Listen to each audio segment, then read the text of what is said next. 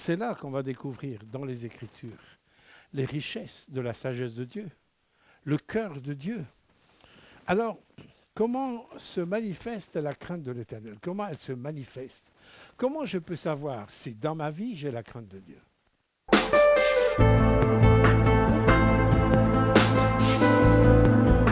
Je vais vous partager quelque chose, un souci que beaucoup de serviteurs de Dieu ont, surtout à notre époque, c'est le manque de crainte de l'Éternel au sein des églises. On ne se rend pas compte combien la crainte de l'Éternel est essentielle. Elle est primordiale, elle est centrale. Si nous voulons un jour avoir cette porte ouverte où Dieu nous dit « Mais viens, fidèle serviteur, dans la joie de ton maître ». La crainte de l'Éternel est quelque chose de capital et de plus en plus, c'est un sujet qu'on n'aborde pas dans les églises. Parce qu'on a peur de vexer les gens, on a peur que les gens soient effrayés par le fait, la crainte de l'Éternel. Et c'est important que lorsque nous parlons, nous en tant que serviteurs, de crainte de l'Éternel, que surtout pour les nouveaux, que vous sachiez de quoi on parle. Il faut que vous sachiez de quoi on parle quand on parle de la crainte de l'Éternel.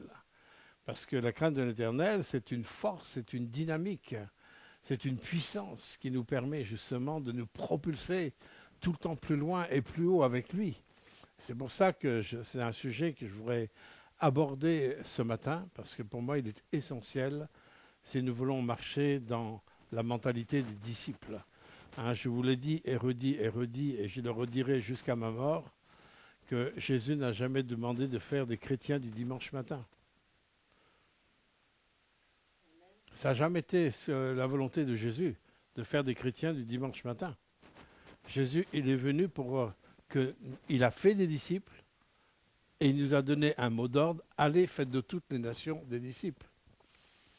Et j'ai écouté quelques bribes de l'émission de Envoyé spécial sur les évangéliques. Je ne sais pas si certains l'ont vu. Je peux vous dire qu'on est vraiment dans la cible. On est critiqué dans toutes sortes. Nous sommes la cible. Et c'est normal. Et plus ça va aller, plus on sera la cible. Il y a deux catégories de personnes qui vont être la cible. Les Juifs et l'Église fidèle. Pourquoi? Parce que ce sont les Juifs et l'Église fidèle qui vont concrétiser l'aboutissement des plans de Dieu, où Dieu va nous unir ensemble quand Israël va reconnaître Yeshua comme leur Messie. Le prophète Zacharie dit, ils reconnaîtront celui qu'ils ont percé. C'est pas moi qui ai prophétisé ça. C'est dans la Bible, dans le prophète Zacharie. Il va y avoir ce jour-là. Et ce jour-là, ça va être terrible pour tous ceux qui nous ont critiqués, tous ceux qui ont touché à Israël, tous ceux qui ont touché à l'Église. Combien les ennemis de l'Église et les ennemis d'Israël vont être confondus. Pour l'instant, ils se frottent les mains. Pour l'instant, on est la cible. Et ce qui est important, ce n'est pas ce qu'ils disent, c'est comment nous, on va réagir. C'est ça, le plus important, c'est comment l'Église va réagir. Et il y a une femme pasteur qui s'appelle Rixbraya, Johanna, pasteur Jo, hein, qui a donné droit de réponse à France TV. Et son droit de réponse à France TV, je peux vous dire, il est vraiment très équilibré. Il est ferme, il est direct, il est rempli d'amour, il est rempli de pardon, il est rempli de compassion, et pourtant devant des agressions très fortes. Vous voyez, ce qui est important, c'est pas ce que les ennemis vont dire de nous. Il y en aura toujours, il y en a toujours eu, il y en aura toujours.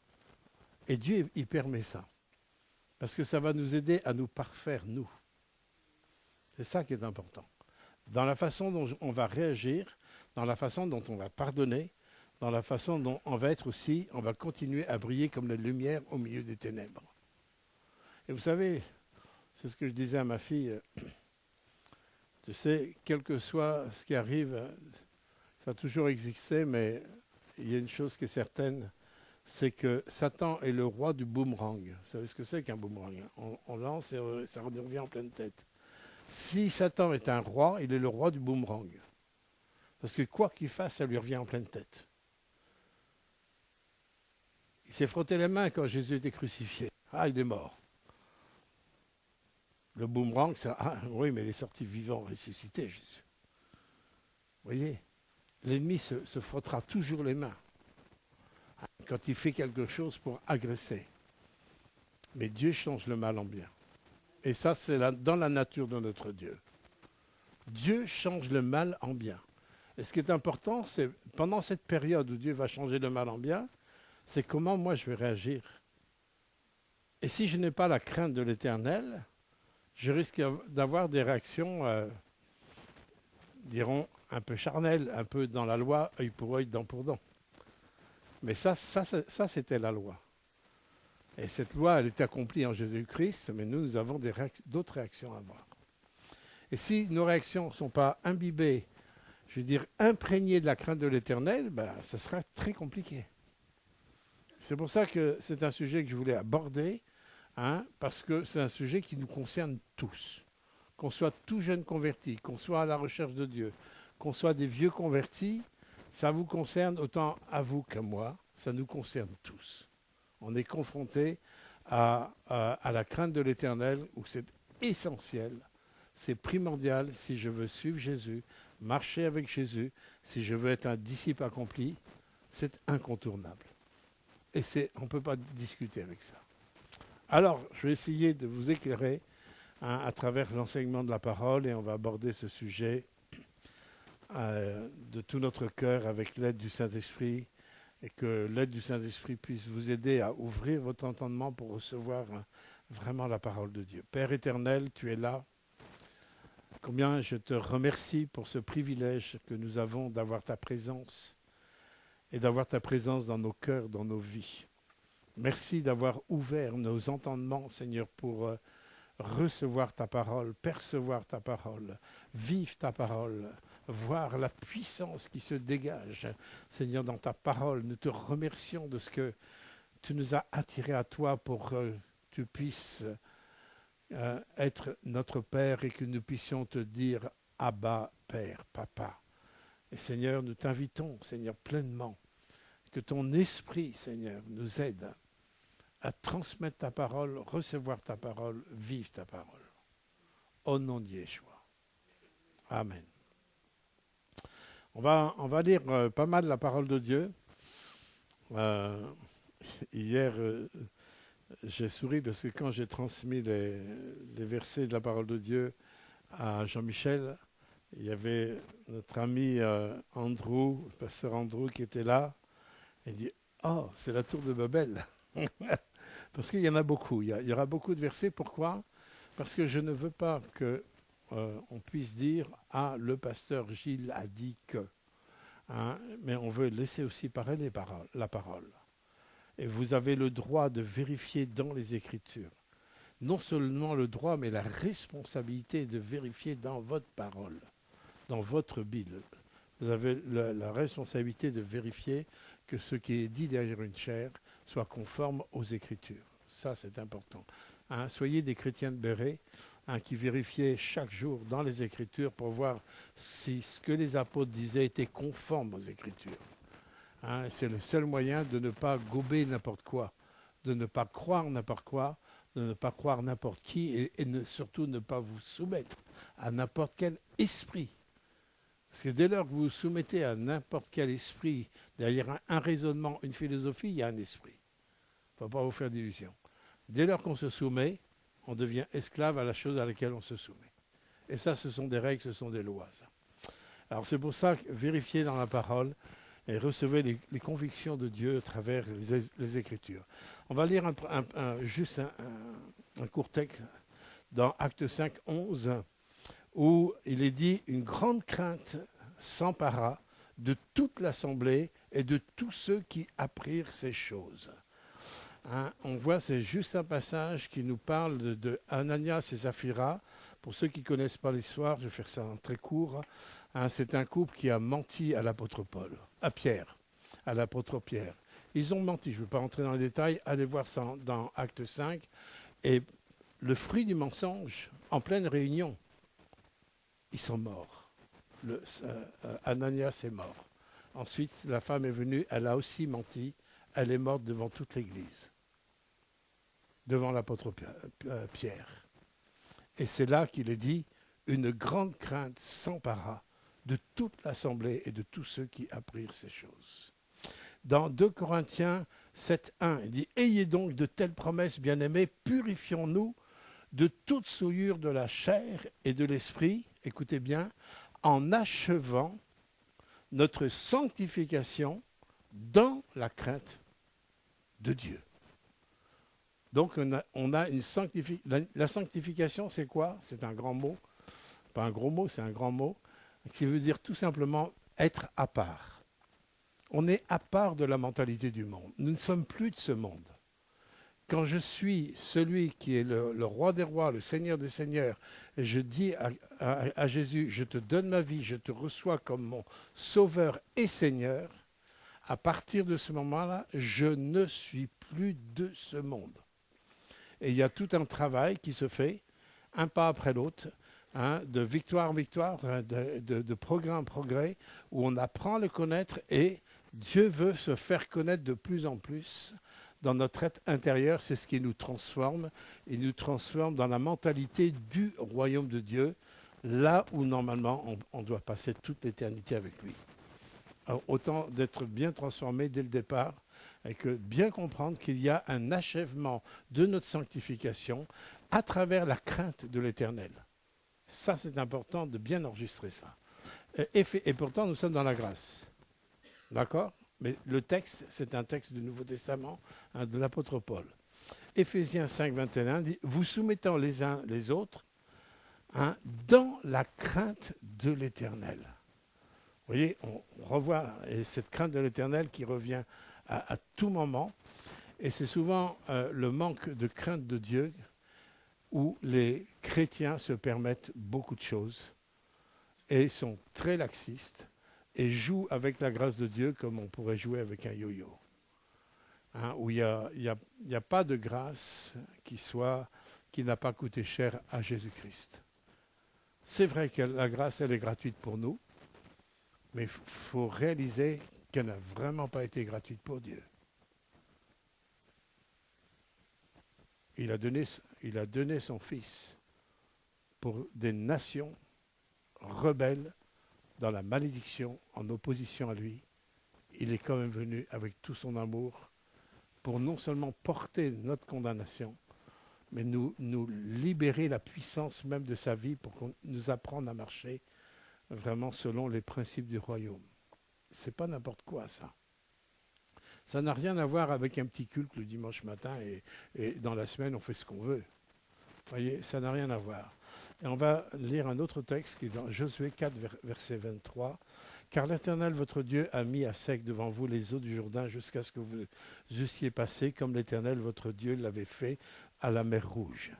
Qu'il mit à sec devant vous jusqu'à ce que nous eussions passé, afin que tous les peuples de la terre sachent que la main de l'Éternel est puissante, et afin que vous ayez toujours la crainte de votre Dieu. » Vous savez, le point fort du judaïsme, le point fort d'Israël, c'est que Dieu est venu à leur secours à travers Moïse lorsqu'ils étaient plus de 400 ans dans l'esclavage de Pharaon. Ils étaient les esclaves en Égypte. Je veux dire, s'il n'y avait pas eu la main de Dieu, il y aurait eu ce mélange d'Israël au milieu de l'Égypte tout au long des siècles. Ils seraient restés esclaves tout au long des années, et peut-être on ne parlerait même plus d'Israël et plus rien. Pourquoi on parle d'Israël? Parce que Dieu, de son ciel, a dit « J'ai vu la souffrance de mon peuple ». Dieu a vu la souffrance de son peuple qui s'est suscité à travers la foi d'Abraham. Dieu n'était pas ignorant de ce que le peuple vivait. Et c'est important que tu saches, quels que soient tes esclavages, quels que soient en fin de compte les luttes et les combats ou les souffrances ou les injustices que tu peux vivre, il est important que tu saches que Dieu n'est pas ignorant, il n'est pas aveugle, il sait exactement ce que tu vis là où tu es et les choses qui se passent dans le tohu de ton cœur. Il le sait, il le voit. Et ce n'est pas parce qu'il n'agit pas tout de suite qu'il n'agit pas. Dieu n'est pas dans la précipitation. Il est dans la perfection. Et parce qu'il est dans la perfection, il fait les choses bien. Et pour commencer à faire les choses bien, il a choisi un homme, Moïse. Moïse qui était en haut de l'échelle. Un petit-fils adoptif de Pharaon, c'est quand même pas rien. Formé à la plus grande culture de l'époque, ce n'est pas rien. Et Dieu, il a utilisé un homme comme ça pour le ramener au plus bas, du plus bas, du plus bas, au niveau de la terre, au niveau de son humanité. Et cet homme, il a été formé 40 ans pour pouvoir apprendre à discerner la voix de Dieu. Pas simplement, oui, je crois en Dieu, comme ça. En Égypte, ils croyaient en Dieu. Même lui, il croyait en Dieu. Beaucoup de gens croient en Dieu. Satan, il croit en Dieu. Les démons croient en Dieu. Ce n'est pas suffisant. Mais d'entendre le réma de Dieu, d'entendre les directives de Dieu. Et quand on commence à entendre les directives de Dieu, c'est là que Dieu nous arme d'une sainte crainte respectueuse. On dit en hébreu, c'est irha. Et irha, en hébreu, c'est un mot qui veut dire une crainte qui est respectueuse et qui n'a rien à voir avec le mot crainte phobos en grec, qui veut dire une peur qui nous paralyse, comme on a peur des choses négatives. Vous voyez, dans la Bible, il y a deux termes différents au niveau de la crainte. Et ça, c'est important que nous le sachions. Que lorsqu'on parle de la crainte de l'Éternel, ce n'est pas une crainte qui nous terrorise, c'est une crainte respectueuse parce qu'on est confronté au Dieu créateur du ciel et de la terre qui se manifeste. Dieu s'est manifesté à Moïse. Il l'a formé. Il a sorti le peuple d'Israël, pas par la force des hommes, mais par la puissance des 10 plaies. Il y a eu 10 plaies sur l'Égypte, comme il y a eu 10 commandements qui nous ont été donnés. Et le chiffre 10 dans la Bible correspond à la divinité. Vous voyez, tout est pensé et bien calculé. Donc, Dieu a sorti le peuple d'Israël. Et toutes les générations de cette époque ont su que Dieu avait ouvert la mer Rouge. Ce n'est pas du film d'Hollywood, ça. Hein, quand on le voit, la sortie de la mer Rouge et tout ça, les 10 commandements, on dit Hollywood, oui, ils peuvent faire ça. Mais ça n'a rien à voir avec Hollywood. Là, on a affaire à du concret.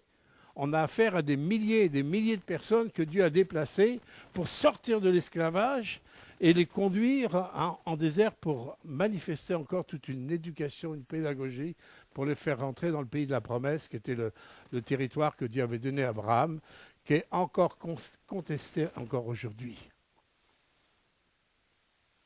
Trouvez ça normal qu'un petit bout de terrain de trois départements français, ça fait la une de tous les journaux, de tous les journalistes. Juste un tout petit territoire, plus petit que la Normandie. Pourquoi il y a autant d'intensité? Parce qu'il y a des plans de Dieu. Parce que Dieu est en train d'agir. Parce que c'est là que Jésus va revenir. C'est pour ça qu'on parle de ces petits bouts de terrain, de rien du tout. Et pourtant qui fait la une de tous les journaux, de toutes les informations. Donc il faut bien comprendre que Dieu agit avec puissance. Il a agi avec puissance pour délivrer son peuple. Et pendant 40 ans, le peuple était dans le désert et toute cette génération est morte sauf 2 personnes, Josué et Caleb, 2 personnes qui ont cru en l'Éternel, qui ont cru Dieu. Les autres étaient dans les râleries, dans les rébellions, dans la discussion, dans les regrets. Ils regrettaient les concombres. Ah ouais, ils avaient oublié l'esclavage. Attention, si ton cœur regrette les choses du monde, c'est qu'il y a un problème dans ton cœur. C'est pour ça qu'il est important de bien prendre en considération qui nous servons lorsque nous servons l'Éternel. Vous n'êtes pas au service d'une église protestante évangélique. On n'en a rien à faire de ça. Pardonnez-moi de dire ça comme ça. On est au service de l'Éternel, qui s'est manifesté dans la personne de Jésus. Ça c'est autre chose.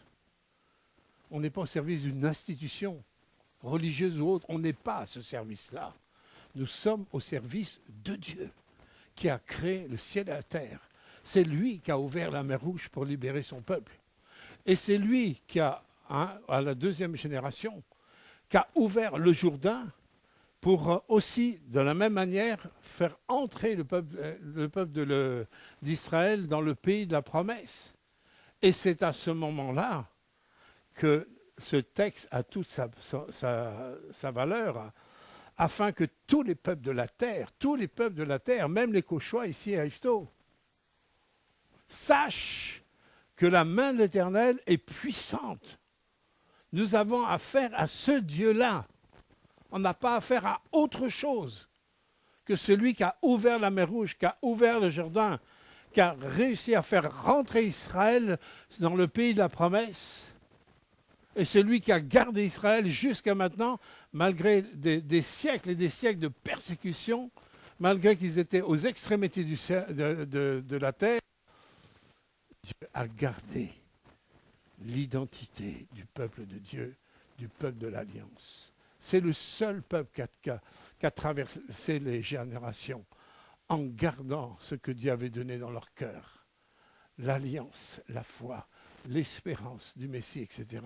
Ils ont même gardé leur langue, l'hébreu qui était devenu mort, une langue morte redevenue vivante.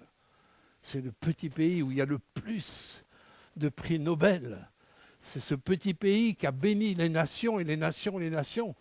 Les gens ne savent même pas à quel point les nations sont bénies par Israël. Et aujourd'hui, c'est Israël le méchant et qu'on pointe du doigt pour détruire. Mais le Dieu que nous servons, c'est le Dieu d'Israël.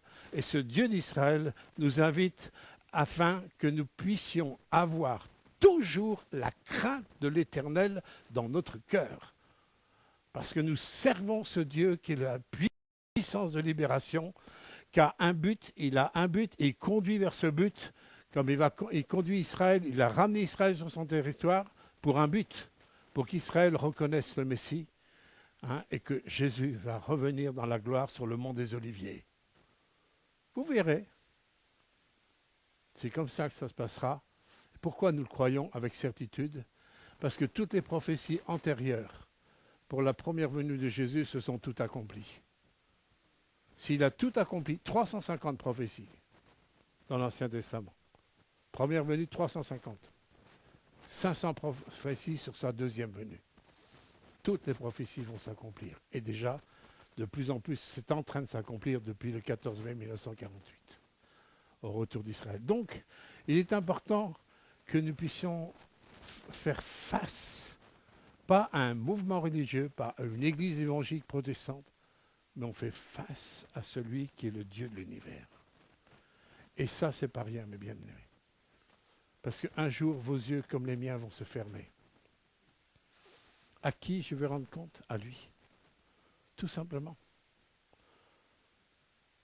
Avec qui j'irai quand mes yeux vont se fermer? Avec lui ou sans lui? Mais de toute façon, il n'y aura que deux destinées. C'est pour ça que les choses sont sérieuses. Les choses sont vraiment sérieuses. Et ce que je vous dis à vous, je me le dis aussi à moi. Il faut bien que vous sachiez ça.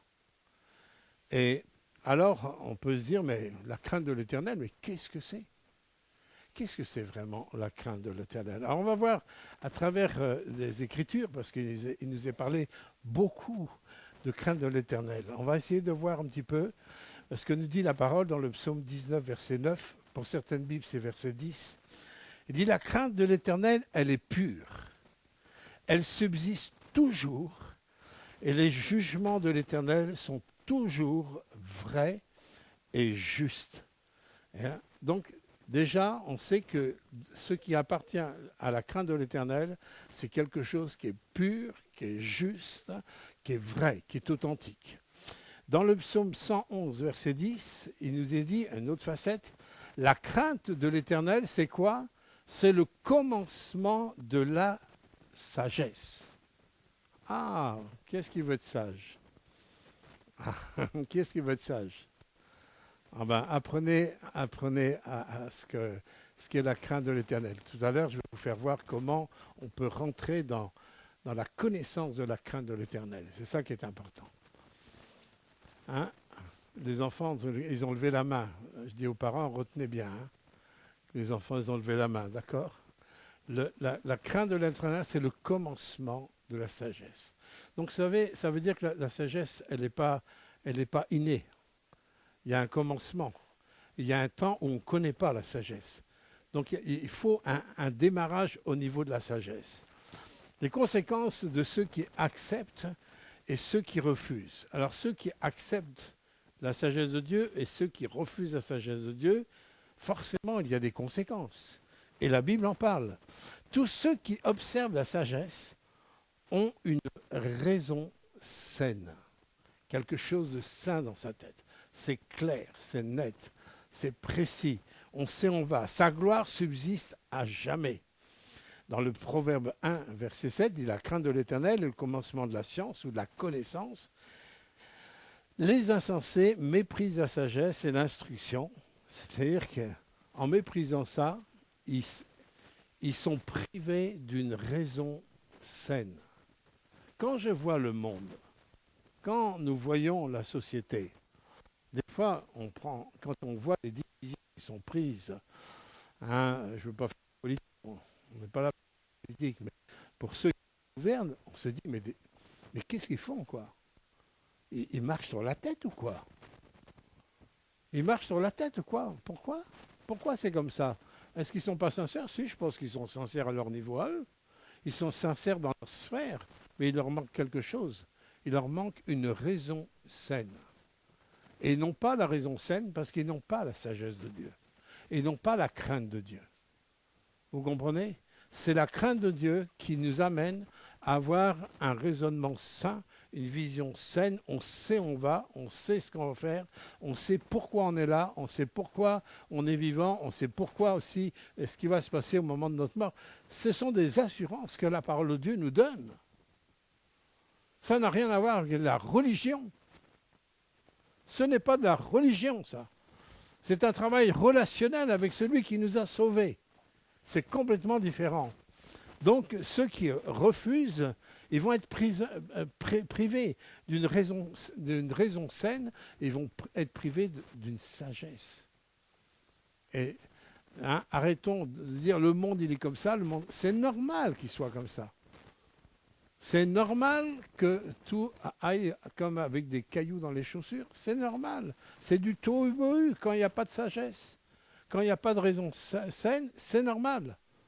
Par contre, lorsque la crainte de l'Éternel commence à s'implanter dans un cœur, petit à petit, il y a des mises en ordre qui se mettent en place.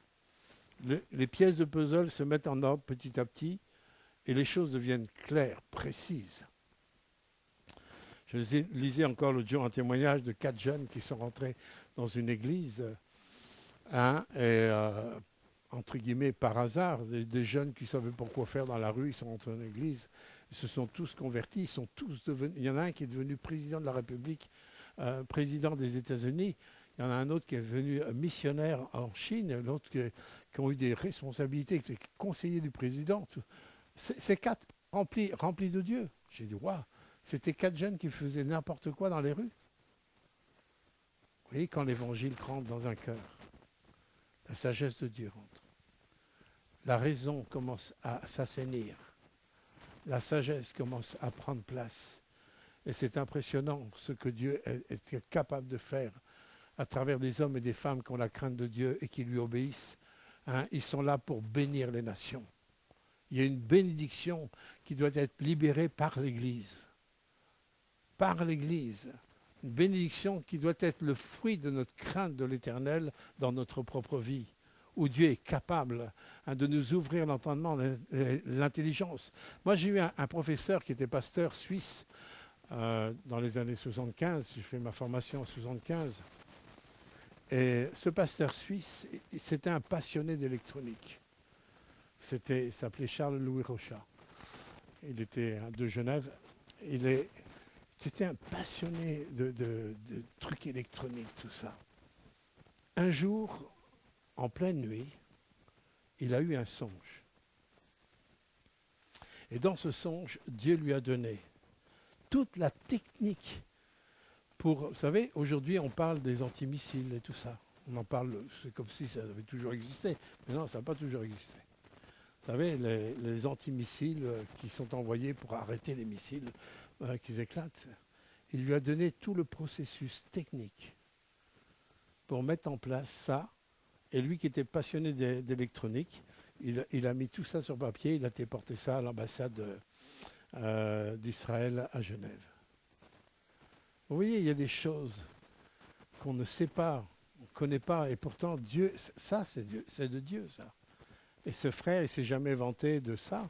Au contraire, il a vu que la grâce de Dieu, où Dieu a donné une capacité, un talent, à partir d'une capacité, d'un talent et aussi un cœur pour obéir, à partir de là, Dieu il a donné quelque chose qui bénit Israël aujourd'hui encore. Heureusement qu'il y a des antimissiles. Heureusement. Simplement un petit exemple très concret. Là, on n'est pas dans la grande spiritualité sur les stratocumulus. On est dans une relation du Saint-Esprit dans un cœur de ceux qui osent croire. C'est du concret, ça.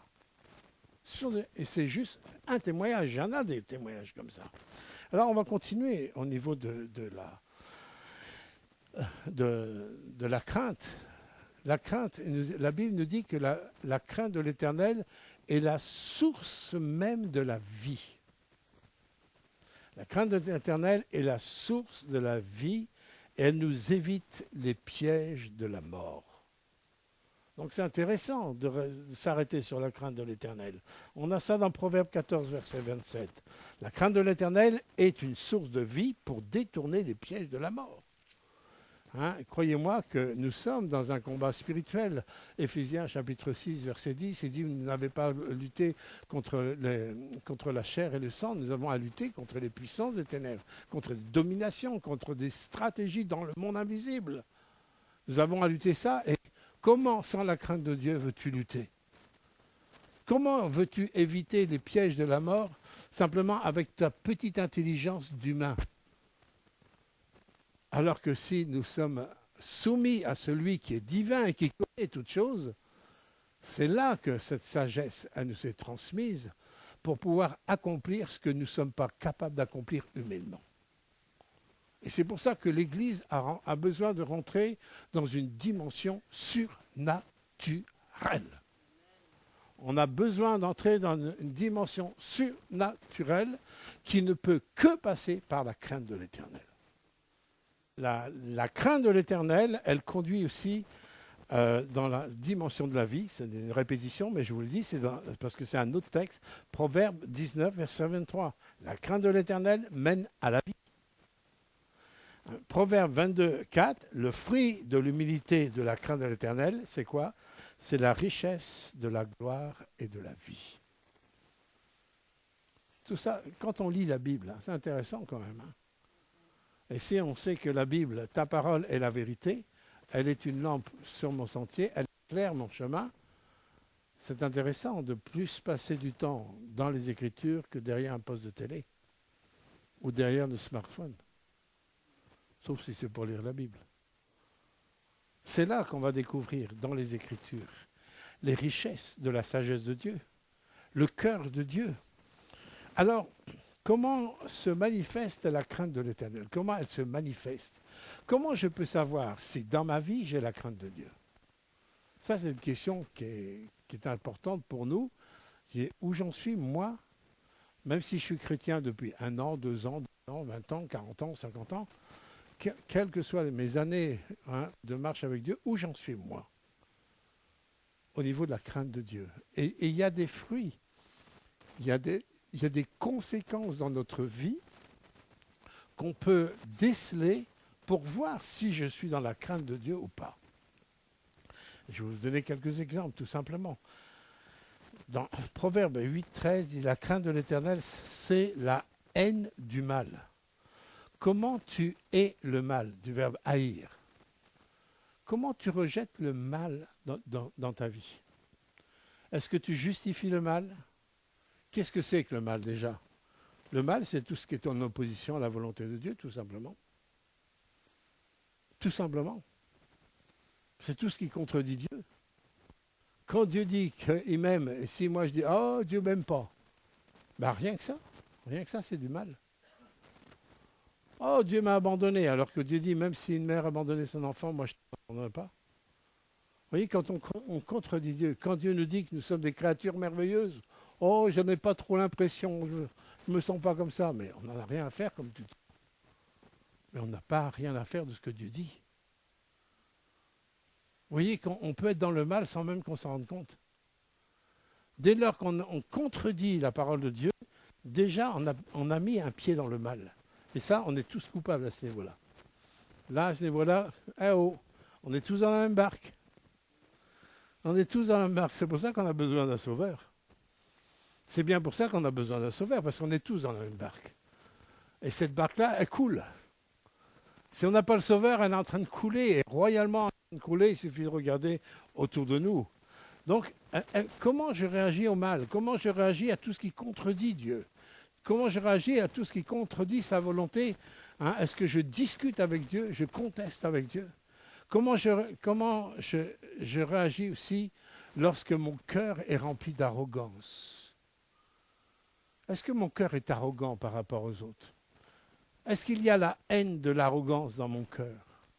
Est-ce qu'il y a la haine face à l'orgueil? Quand mon cœur est orgueilleux, quand je pense savoir, je pense connaître, moi je sais, moi je peux, moi je connais. Ben non, tu sais pas, tu peux pas, tu connais rien. Devant Dieu, on ne connaît rien. Comprenez? Sans la sagesse de Dieu, on ne connaît rien. Sans nos yeux ouverts sur les choses d'en haut, on ne connaît rien. Croyez-moi, moi j'ai eu des pères spirituels âgés. Mon père spirituel avait plus de 84 ans quand j'étais tout jeune. Il était armé, il avait une connaissance incroyable de Dieu et pourtant il avait une humilité impressionnante. Ceux qui savent vraiment, qui ont une vraie connaissance, ils savent que cette connaissance, elle vient d'en haut. Ils restent toujours humbles. Les grands, ce sont ceux qui sont humbles. Une vraie humilité, véritable humilité, où toute leur connaissance, tout ce que Dieu peut faire dans leur vie, toujours Jésus sera à glorifier. On ne vole pas de miettes de la gloire de Dieu, comme disait mon petit père Reynaud. On ne touche pas à la gloire de Dieu. Et les grands, ce sont ceux qui ne touchent pas à la gloire de Dieu. On a une haine, on s'oppose même dans notre propre vie. Combien de fois, moi, je me suis opposé à mon orgueil? Croyez que j'ai jamais eu d'orgueil, moi? Là, vous faites des illusions. Hein? J'ai été orgueilleux. Ma nature est orgueilleuse. On est comme ça. À chaque fois que je pense faire par moi-même, je suis un orgueilleux. Mais combien de fois, moi, je me suis adressé à mon orgueil, moi, dans ma vie? Je me suis adressé à mon orgueil comme si je m'adressais à un intrus. J'ai dit maintenant, c'est terminé. Je me suis adressé à mon orgueil à plusieurs facettes de ma vie. J'ai dit maintenant, toi, tu es crucifié. Je proclame, tu es mort en Christ. Je proclame, tu as été condamné en Jésus-Christ. Vous voyez, notre réaction face à notre nature humaine, sans parler des autres, mais déjà à la nôtre, on a suffisamment à faire avec la nôtre. Ma réaction par rapport à ma nature, comment je réagis? Comment je réagis avec tout ce qui monte, les rancœurs, les jalousies, les calomnies, toute forme de choses négatives qui sortent de ma bouche. Comment je réagis? C'est là que tu vois si tu as la crainte de Dieu ou pas. Il y a aussi une haine à avoir sur un comportement intérieur qui détruit tellement, en fin de compte, l'image de Dieu même. C'est quand il y a un décalage qu'il y a dans mon être intérieur par rapport à ce qui sort de ma bouche. Regardez ce que dit la parole de Dieu dans le psaume 17, verset 3. C'est David, le roi David, qui parle. Si tu sondes mon cœur, si tu le visites la nuit, si tu m'éprouves. Écoutez ce que David dit, tu ne trouveras rien, car ma pensée n'est pas autre que ce qui sort de ma bouche. Ça, c'est un homme qui craint Dieu. Ma pensée n'est pas autre que ce qui sort de ma bouche. Il n'y a pas de décalage entre l'extérieur et l'intérieur. C'est-à-dire qu'il y a une haine contre l'hypocrisie. Vous voyez, moi, je vais peut-être vous choquer, peut-être, pardonnez-moi pour ceux qui sont derrière les écrans, je vais peut-être vous choquer. Mais il y a une petite phrase qui est une très belle phrase, mais qui me choque.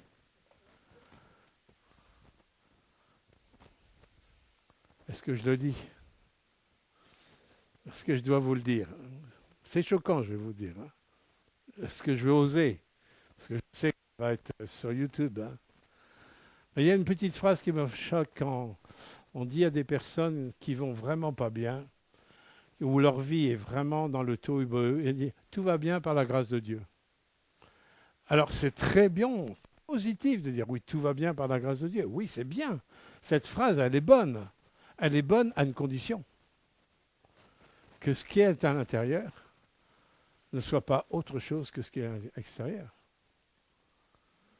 Mais si on dit « tout va bien » et que je suis en train de mourir, vulgairement, pardonnez-moi, je vais être vulgaire, on est en train de crever, on est en train de pleurer, avec des pensées de suicide parfois, des angoisses.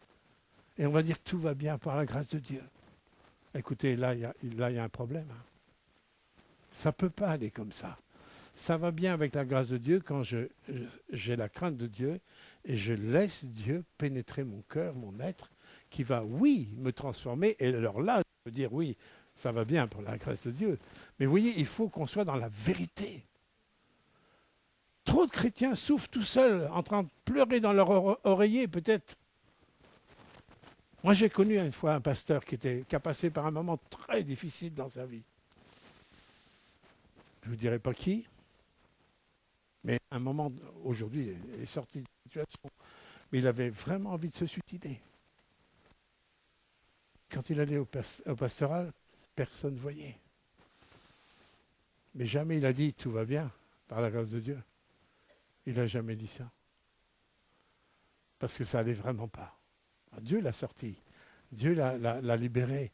Vous voyez, il y a des drames, il y a des difficultés, même en tant que chrétien engagé, et peut-être même en tant que pasteur, en tant que serviteur. Il ne faut pas qu'on se fasse d'illusions. Et là, nous avons un exemple extraordinaire à travers David. Dieu, tu peux m'éprouver, tu peux me voir, même tu peux me visiter la nuit, tu peux m'éprouver. Tu ne trouveras rien qui est différent de ce qu'il y a dans mon intérieur avec ce qu'il y a dans mon extérieur. Mon intérieur est le reflet de mon extérieur. Et là, je peux dire oui, la grâce de Dieu a agi. Mais elle a agi quand il y a une corrélation avec les deux. Arrêtons d'être hypocrites. Si ça ne va pas, on a le droit de ne pas aller. Puisque Jésus dit, qu'est-ce que je peux faire pour toi? Que veux-tu que je fasse? Il n'a pas dit tout va bien par la grâce de Dieu. Après, oui. Oui, après, il y a une vérité. Ça va bien avec la grâce de Dieu. Mais que veux-tu que je fasse? Il dit ça à un aveugle. Et l'aveugle n'a pas dit ah, tout va bien par la grâce de Dieu, non. L'aveugle a dit à Jésus que je recouvre la vue. Et le Seigneur lui a ouvert les yeux. Alors oui, alors là, tout va bien par la grâce de Dieu. Vous voyez, on peut très bien être faux sans se rendre compte qu'on est faux. Et moi, en tant que berger, je souffre quand je sais qu'une personne est dans la souffrance et avec un beau sourire angélique, tout va bien par la grâce de Dieu. Non, ça ne va pas bien. Tu es en train de pleurer, tu es en train de crever toute seule. Ça ne va pas bien. Il faut que nous soyons vrais. Et ça veut dire qu'on n'a pas de crainte de Dieu. Alors bien sûr qu'on a du mal. Il n'est pas question de dire tout à tout le monde. Mais vous savez, il y a une chose que j'ai remarquée dans ma marche avec le Seigneur, quelles que soient les difficultés que tu rencontres, Dieu te donne toujours un de ses enfants proches de cœur pour te mettre à côté de toi, pour t'aider dans ta difficulté. Toujours. Peut-être pas des foules, et c'est mieux que ça soit comme ça, mais il te donne toujours la personne appropriée et au bon moment pour vraiment t'aider dans ta difficulté. Alors là, après, on peut dire, oui, Seigneur, tout va bien avec toi. C'est pas mal compris ce que je vous dis là, parce que ça peut être choquant pour certains, mais il faut que nous soyons des hommes et des femmes vrais, authentiques. Parce que vous savez, moi, ce qui a choqué, en fin de compte, nos nations dites chrétiennes, entre guillemets, c'est qu'il y avait une différence entre l'évangile qui était annoncé et, en fin de compte, ceux qui se disaient chrétiens. Où on voyait des querelles, des divisions, des chamailleries, vraiment des choses scandaleuses. Et du coup, on a attribué à Dieu les comportements des chrétiens, on les a attribués à Dieu. Il dit, c'est ça le Dieu que vous servez. Et c'est ça qui est grave. Parce que le fait que nous soyons chrétiens, nos comportements, ceux qui nous regardent à l'extérieur, vont attribuer nos comportements au Dieu que nous servons. Et c'est pour ça que c'est essentiel que l'Église de Jésus-Christ puisse entrer dans une dimension de vraie crainte de Dieu, parce qu'à partir de là, on ne pense plus n'importe comment, on ne parle plus n'importe comment, on n'agit plus n'importe comment, et on va rentrer dans quelque chose de sérieux et d'authentique, dans un cœur à cœur, les uns avec les autres, comme dit la parole, dans la crainte du Seigneur. Dans la crainte du Seigneur. Et c'est pour ça, je vais aussi me lever contre toute forme de mensonge dans ma vie. Un comportement comme ça, tout va bien alors que ça ne va pas, c'est du mensonge. C'est de la tromperie. Alors, on ne s'en rend pas compte parce qu'on est sincère et surtout, en plus, on souffre. En plus, on souffre. On essaie de se protéger parce qu'on ne sait pas comment faire. Alors, bien sûr que Dieu fera, mais on oublie que Dieu fait par son corps. Quand tu te blesses, si tu as une blessure sur ta main, quelle que soit ta blessure, on a des infirmières, on a du personnel médical, quelle que soit ta blessure, eh bien, ton corps va s'activer avec les anticorps et tout, les globules blancs, les globules rouges, tout ça. Il va y avoir une activation avec les molécules et tout pour venir réparer ce qui a été blessé. Vous voyez, c'est par le corps que Dieu guérit le corps. Allô? Une fois, j'ai failli quand j'étais plus jeune, j'ai failli me passer mon pouce à la tronçonneuse. J'ai encore la marque là. J'ai failli passer mon pouce à la tronçonneuse. Alors là, je peux vous dire que ça avait pissé le sang. Mais vous voyez, pour réparer mon pouce, je ne l'ai pas coupé, mis dans un coin, dire avec la grâce de Dieu, ça va le faire. Non, mon pouce, il est bien resté au bout de ma main. Et c'est grâce au reste du corps que mon pouce a été guéri. Vous comprenez ça? La grâce de Dieu, oui, mais dans les principes divins, dans la pensée de Dieu. Et la pensée de Dieu, c'est d'agir par le corps. Ça, c'est sa pensée. Et c'est pour ça qu'il a donné des ministères, des talents différents, des sensibilités différentes. Il a donné tout ce dont nous avons besoin pour découvrir les guérisons dont nous avons besoin. Comme il a tout donné, un système immunitaire dans notre corps, et ce système immunitaire, c'est toute l'armée de l'Éternel qui est là pour guérir mon corps. Et l'Église, c'est le système immunitaire aussi pour le monde. Allô? Vous comprenez ce langage-là? C'est pas trop spirituel, c'est bon, hein? Pour les plus jeunes, ça rentre? Alors, on a d'autres choses qu'on peut voir. C'est ma façon de me comporter avec autrui, les divisions, les querelles. En fin de compte, tout ce qui est lié à Galates 5, 19, lorsqu'il est parlé des fruits de la chair. Relisez les fruits de la chair.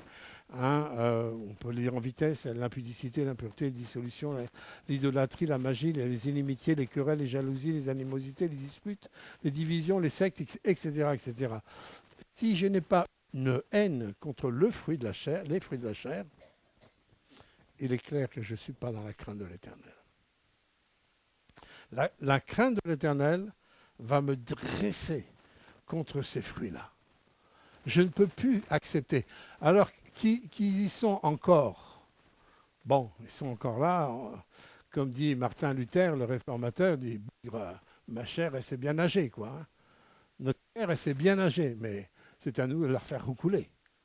Et c'est pour ça que l'apôtre Paul nous dit dans Romains 6, regardez-vous comme mort. Et quand elle essaye de revivre, dis donc, toi, retourne à la croix, là, t'es mort. C'est fini, toi. Moi, je ne vais pas t'alimenter. Si tu veux faire mourir un animal, tu lui donnes plus à manger, il va mourir. Si tu veux faire mourir ta chair, il ne suffit pas de la nourrir. Si tu arrêtes de nourrir ta chair, les disputes, les calomnies, les divisions, les massacres, si tu arrêtes de donner de la nourriture à ta chair, eh bien ta chair, elle va mourir. Crois-moi, elle va mourir. Et comment tu peux ne plus donner à manger à ta chair? En t'alimentant des choses de l'esprit. Entretenez-vous par des psaumes, par des hymnes, par des cantiques spirituels. Et aujourd'hui, on a tellement de moyens. Quand je vois les moyens que nous avons, moi l'autre jour, j'avais besoin de chercher une référence dans la Bible. J'avais mon portable. Avec mon portable, j'ai pu trouver la référence en quelques minutes. Avant, il me fallait le gros bouquin, la concordance qui avait quoi, 500 pages. Fallait que je me balade avec tout ça, les commentaires et tout ça. Aujourd'hui, on a tout dans le téléphone. Oui, on a tellement de moyens, des vidéos qui sont, il y en a qui sont dangereuses, mais il y en a qui sont parfaites, qui sont vraiment superbes. On a tellement de moyens de s'alimenter. Hein, on préfère s'alimenter des choses qui viennent du monde, avec les fruits de la chair. Parce que dans tout ce qui vient du monde, le monde est animé du fruit de la chair. C'est pour ça que c'est impossible que le monde soit en paix.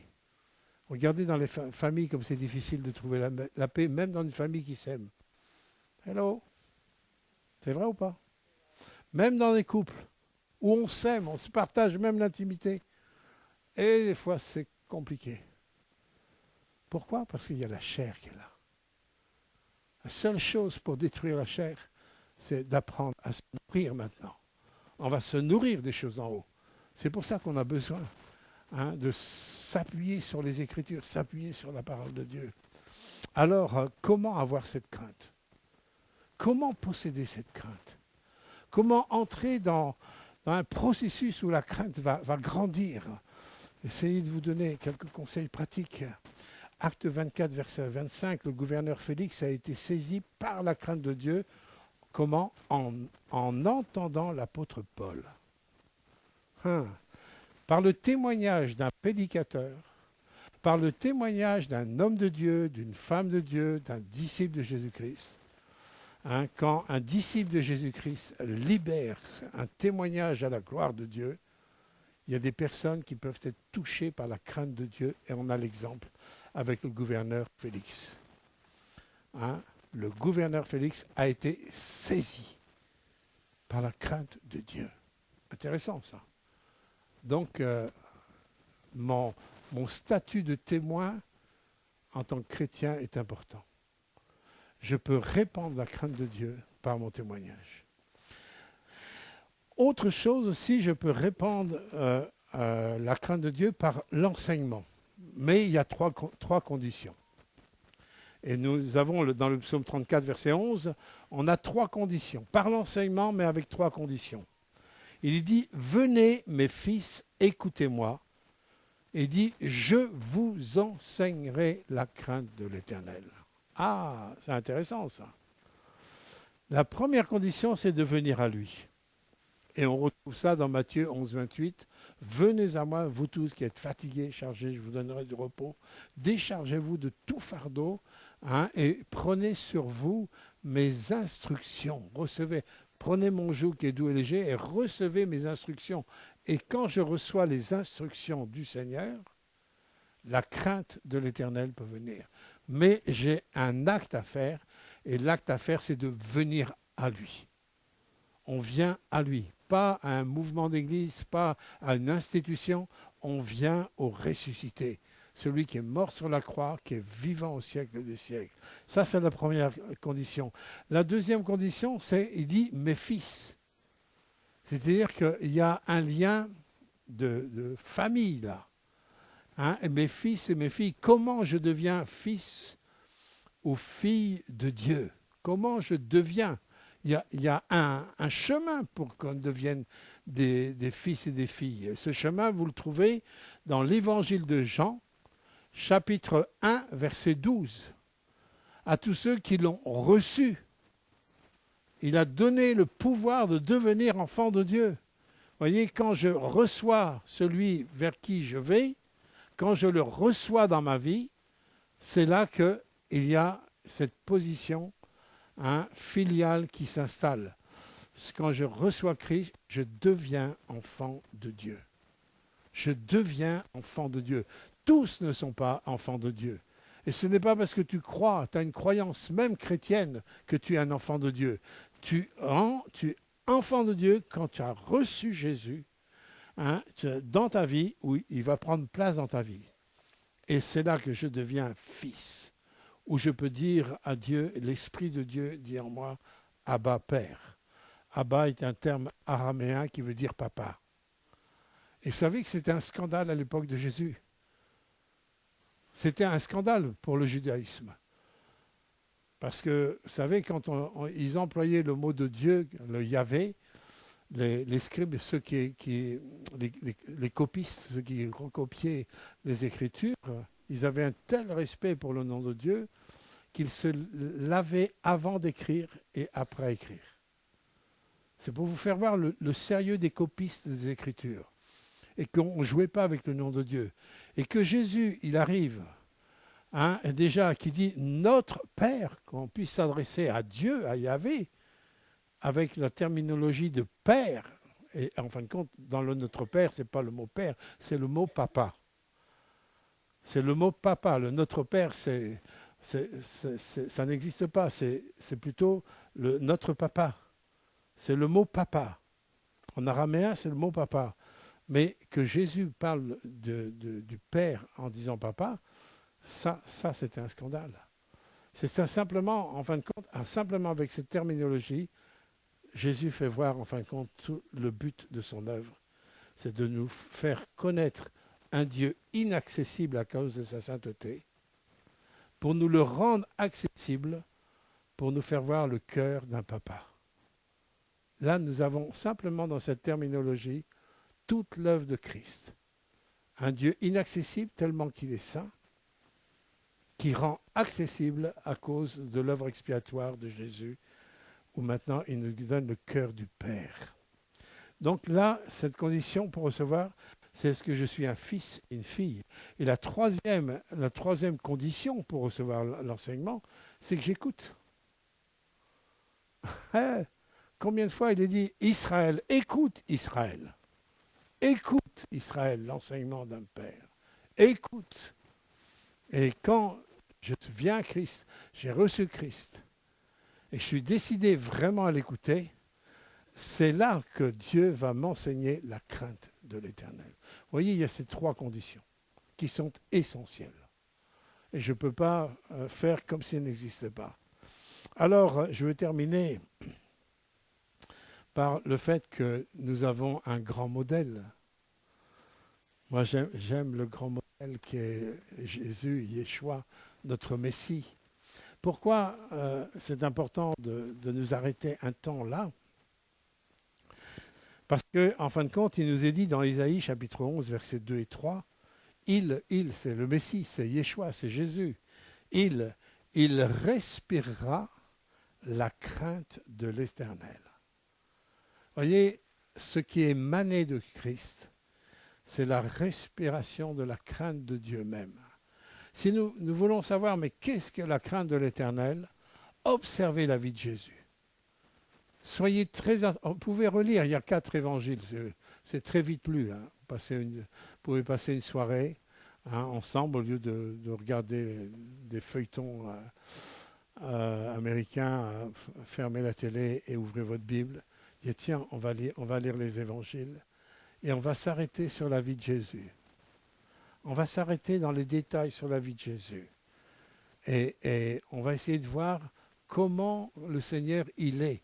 Il est avec son Père, comment il est avec les apôtres, comment il est même avec différents apôtres, comment il est avec les pécheurs, avec les grands pécheurs que moi je considère grands pécheurs, hein, comment il est avec les religieux.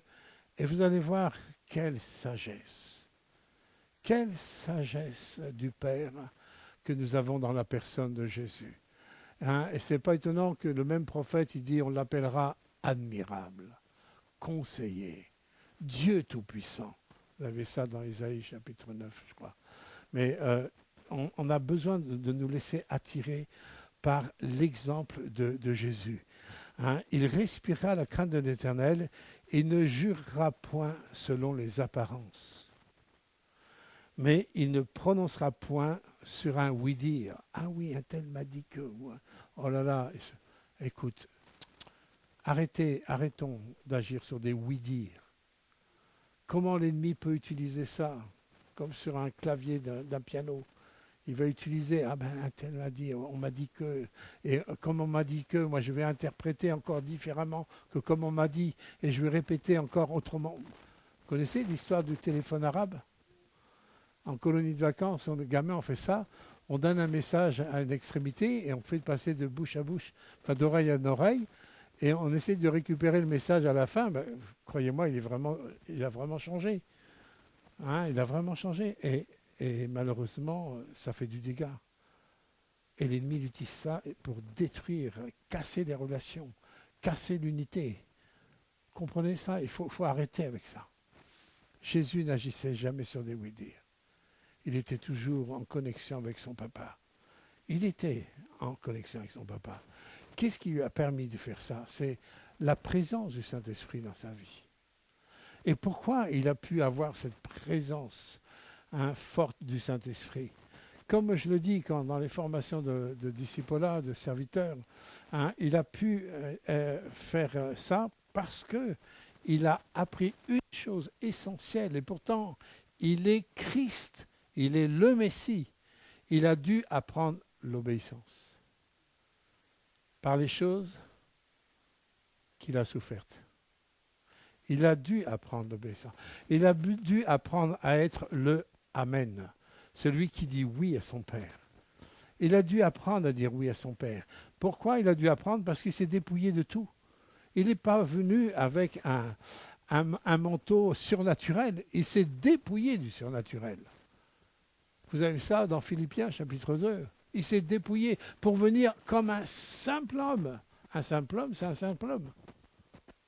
Et par contre, étant le haut bas du bas du bas du bas, on l'a vu monter, grandir, par son obéissance.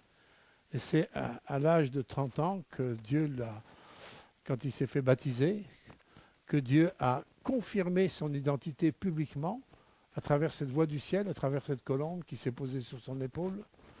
Et quand le Père a dit « Voici mon Fils bien-aimé, en qui j'ai mis toute mon affection, écoutez-le ». Et c'est là qu'il a été conduit en désert et qu'il a été revêtu du Saint-Esprit. Il a été revêtu du Saint-Esprit. Et à ce moment-là, toutes les œuvres qui ont découlé de Jésus n'ont été que les œuvres qu'il a vu faire auprès du Père. Ça, c'est la sagesse de Dieu. Même au détriment de sa personne à Gethsémanée, quand il a fallu qu'il aille à la croix. N'oubliez pas que quand on lui a mis des clous dans les mains, ce n'était pas des coups en plastique, ce n'était pas du film hollywoodien. Il a ressenti les clous. Des fois, nous, on a une petite épine. On a une petite épine qu'on voit à peine et déjà, ça nous fait mal. Et il a été cloué.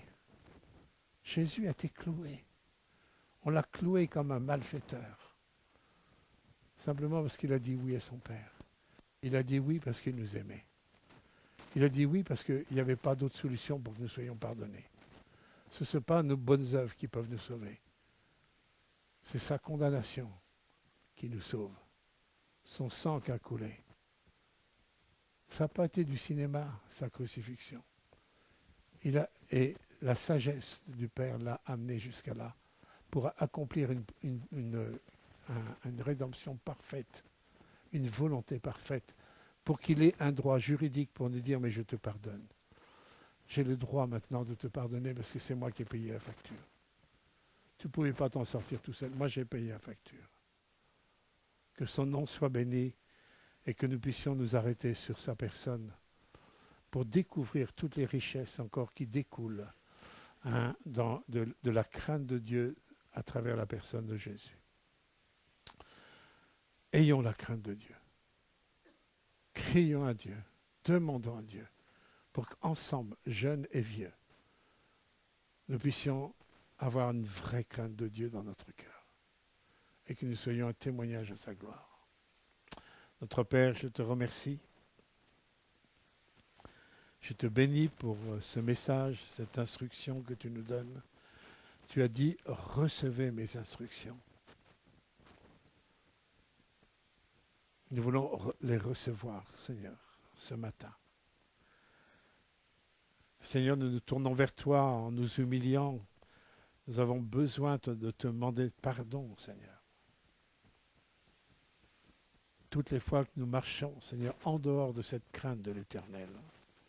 Toutes les fois où nous défendons, Seigneur, des faux raisonnements, des mensonges de l'ennemi. Toutes les fois où nous défendons le mal parce que ça nous arrange parfois. Où nous pouvons défendre même parfois le mensonge. Seigneur, toi tu vois tout ça, nous ne pouvons rien te cacher. Et Seigneur, c'est là toute la grandeur de ton œuvre. C'est que toi tu étais jusqu'au bout pour pouvoir nous pardonner. Tu ne nous as pas délaissés. Tu as été jusqu'au bout dans ton Amen au Père. Merci de ce que ta vie transpire, la crainte de l'Éternel. Qu'il en soit ainsi, Seigneur. Je te prie pour ton Église, non seulement ici, mais ton Église partout sur la surface de la terre. Qu'il y ait des interpellations profondes au niveau de la crainte de l'Éternel. Seigneur, souffle sur ton peuple. Au nom de Yeshua. Amen.